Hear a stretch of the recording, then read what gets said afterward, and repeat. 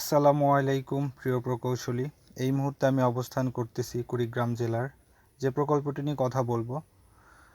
প্রকল্পর নাম কুড়িগ্রাম ইমপ্রুভমেন্ট দাসেরহাট নাগেশ্বরী বুড়িঙ্গামারি সোনাহাট ল্যান্ডপট প্রকল্প। এই প্রকল্পটি 4টি প্যাকেজে অন্তর্ভুক্ত। ইতিমধ্যে 3-4 প্যাকেজের কাজ সম্পূর্ণ হয়েছে। আমি মঈনুদ্দিন বাসী লিমিটেড এই কন্ট্রাক্টর 2 নম্বর প্যাকেজের কাজ করতেছে। 2 নম্বর প্যাকেজের কাজ চলমান, ইতিমধ্যেই 85% কাজ কমপ্লিট হয়েছে।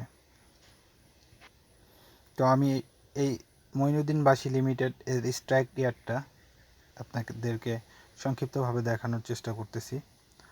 তো একটা কনস্ট্রাকশন কাজের জন্য যে পরিমাণ একটা স্ট্রাইক ইয়ার্ডের এনভায়রনমেন্ট থাকা দরকার যথেষ্ট মনে হচ্ছে।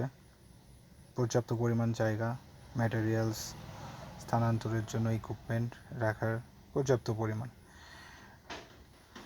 আপনারা দেখতে পাচ্ছেন এটা বিটুমিনাস অ্যাসফল্ট প্লান্ট। এই প্লান্ট নিয়ে আমি অন্য একটা ভিডিওতে আপনাদের সাথে আলোচনা করব। আজকে শুধু ইয়ার্ডের পরিবেশটাই দেখানোর চেষ্টা করতেছি। এই মুহূর্তে আমরা চলে আসছি কনসালটেন্ট সার্ভিসের টিম লিডার স্যারের কাছে।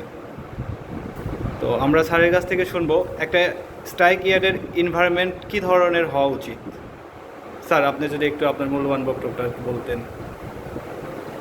আমাদের স্ট্রাইক ইয়ার্ড বলতে একটা কনস্ট্রাকশন সাইটে ইকুইপমেন্ট এবং ম্যাটেরিয়াল যেখানে থাকে যেখান থেকে কাজটা প্রচুর করা হয় সেটাকেই বোঝায়।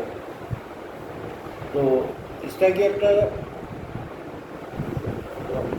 এরিয়া কত হবে এটা ডিপেন্ড করে যে আমার কী পরিমাণ ম্যাটেরিয়াল আমাকে রাখতে হবে এবং কী পরিমাণ ম্যাটেরিয়াল রাখতে হবে এটা ডিপেন্ড করে স্কোপ অফ ওয়ার্কের উপরে আর এবং টাইম অফ কমপ্লিশন, কত দিনের মধ্যে আমাকে কাজটা করতে হবে এবং কী কী ম্যাটেরিয়াল আমার লাগবে।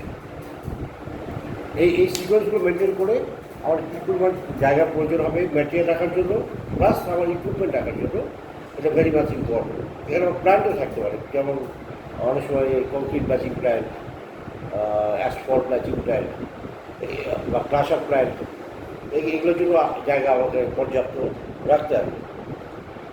তো এটা ফার্স্ট আমাকে যেটা ক্যালকুলেশন করতে হবে আমাদের সেটা হচ্ছে যে আমার টোটাল ম্যাটেরিয়াল কত লাগবে প্লাস দ্য সিকোয়েন্স, আমার কত টাইমের মধ্যে ম্যাক্সিমাম কত ম্যাটেরিয়াল আমাকে রাখতে হতে পারে সেই অনুযায়ী এরিয়াটা আমাকে নির্বাচন করতে হবে। How much equipment we need to complete the ultimate maximum, the maximum material plus equipment will be in the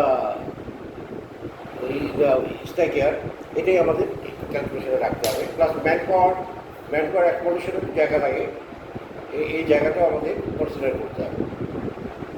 তো আর আরেকটা জিনিস আমাদের সবথেকে ইম্পর্টেন্ট যেটা সেটা চিন্তা করতে হবে যে স্ট্রাইকে একটা জায়গাটা এমন হতে হবে যেটা ফ্লাড এফেক্টেড যেন না হয়, ওয়াটার লগিং যেন না হয়, ওখানে যেন পানি না জমে, তাতে কাজের পরিবেশ থাকবে না। এবং আরেকটা জিনিস সে করতে হয় যেটা যে রোড প্রজেক্ট যদি হয় তো রোডের লেন্থের মাঝামাঝি ক্যাম্পটা হওয়া উচিত, তাহলে হয় কি ক্যারিং কস্ট অনেক কমে যায়। এই ব্যাপারগুলো কনসিডার করে আমাদের একটা হাইল্যান্ড এবং পর্যাপ্ত আমার জায়গা ম্যাটেরিয়াল এবং ইকুইপমেন্টের জন্য আমার একটা জায়গা নির্বাচন করতে হবে যেখান থেকে আমার বোথ সাইড যদি মিডলে আমি রাখি আমার ক্যাম্পটা বা স্ট্রাইক ইয়ার্ড, তাহলে আমার ক্যারিং কস্ট কিন্তু ultimately at the end of the day প্রচুর আমার ফুয়েল কস্ট কমে যায়। এই বিচার্য জিনিসগুলোই আমাদের দেখতে হয়।